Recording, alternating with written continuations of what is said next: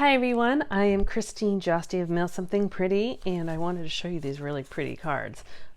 These use the Ginkgo, what's it called? The Ginkgo branch bundle, and it, oh shoot, I meant to bring up, that's all right, we're gonna make a different color. I have I have one that has this color too, and I meant to bring that up, but it's all right because that's what we're gonna make. But I have two different colors here. I guess that's why I grabbed them.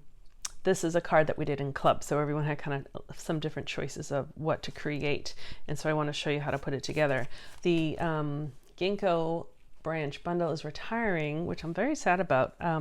Today is April 11th, 2023, so as of right now, it is still available. So you can kind of see they have the bundle here. The back, they always show the bundles at the back, so the mini catalogs. And also it's on page 57, and this is of that purple catalog, the mini catalog, shows it here.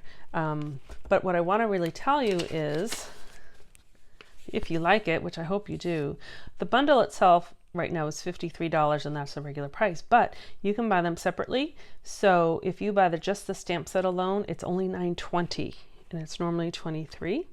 And if you buy the dies separately, you can buy them together, but not in a bundle, buy them separately. They're only $14.40, and they are usually $36. So together, buying them on sale, it's $23.60 versus the $53. So it's a great deal. And I just have, so you can see the stamp set. This is one that I really like, which is why I'm showing them to you. There's a die that goes on that. And then there's a die that goes on those. And then you have these other ones, and these are what I love. They do these cutouts. So you can use it standalone with just the dies, although if you want this, get it. And then this nice label shape that goes with all the words. And so it's a really nice bundle that I'm sad to say goodbye to, which is why we're using it one last time. Okay, so let's get to it here.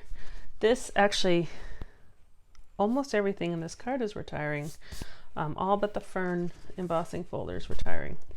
So the paper, this is the Evening Evergreen, is one of the in colors, and they're only around for 2 years, so it is time for us to say goodbye, but I just love that color. And then these are all my pieces, so let's kind of go through the steps here. This is the fine shimmer paper. You get 3 colors, so you already saw the purple here, and it does have this nice shimmer to it. This is the fresh fuchsia. This is the soft succulent, which is a retiring in color, and gold. The gold is beautiful.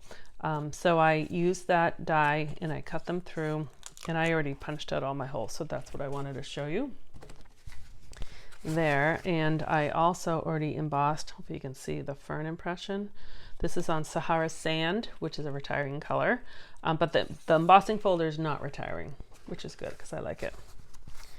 And then what I did on the inside, I used just some extra layers. So, all right, so here we go.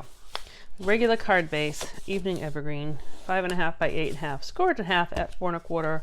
There is our card base. The front, we're going to put, this is 5 by 3 3/4. And again, I already ran it through my embossing, or with my embossing folder. And either side works. Oh, there's really no right side or wrong side with a fern embossing folder, which is nice. So that is just going to go straight on like that. I use a little more glue than I normally do, and I do that with embossing folders just to make sure it gets a good stick. All right, and so I have, this is the Pear Pizzazz that's retiring, paired with the Evergreen. Look how pretty that is. So they are slightly smaller, or layers. So I'm pretty sure that the pear is 3 1/4 by 4.5, and so this is just 1/8 of an inch smaller than that. So I'm going to put those together. You could make these any size.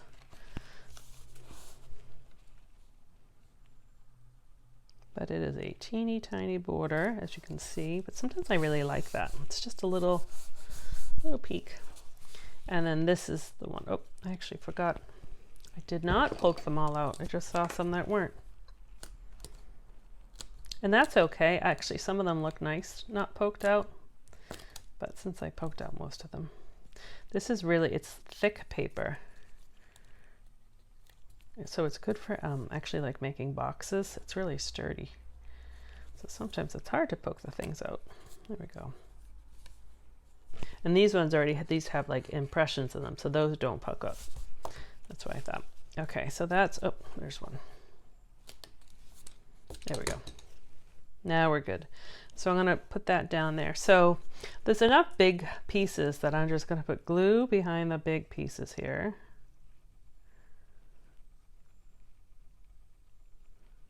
And a little bit on the bottom.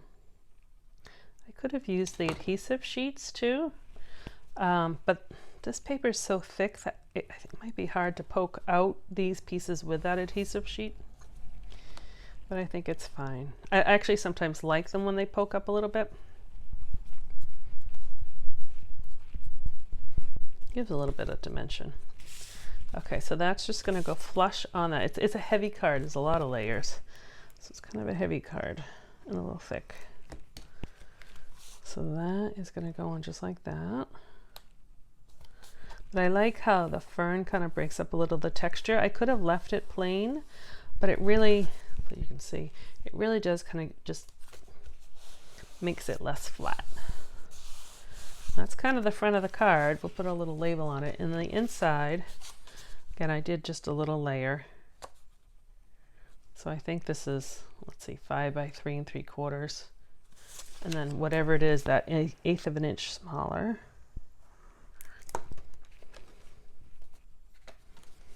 And it just gives a little color. Since these were all retiring colors, I decided to use up the papers that I had to. But I like that. Oh, it moved. It moved on me.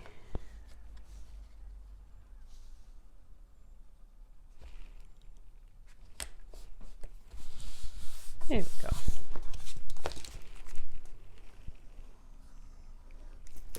Now I'm all sticky. All right, like that. Sticky. All right, so I could leave it like that. I think that would be a beautiful sympathy card, or I'm going to use this one as a birthday card or whatever. I do have some pieces here that I kind of pre-cut. So these are with the die that came with it, but you could put the across the bottom, or I just made that one a little bit smaller, but with the same die. You could do friend, or if you wanted something bigger, you know, you can do different things. But what I'm going to use is, I did this little celebrate, and I took that from the framed florets, which is also retiring, which is too bad because I love the fonts. I use the flowers a little bit, but I just love the fonts and actually the words. But I use this little celebrate, and I'll use that on the inside. But that is unfortunately going away. But for them to go away means we get new things. So I'm excited for some of the new things that are coming. So it's a balance. All right, so I'm just going to put that right there. Celebrate, and then I'm just going to give a little quick stamp on the inside.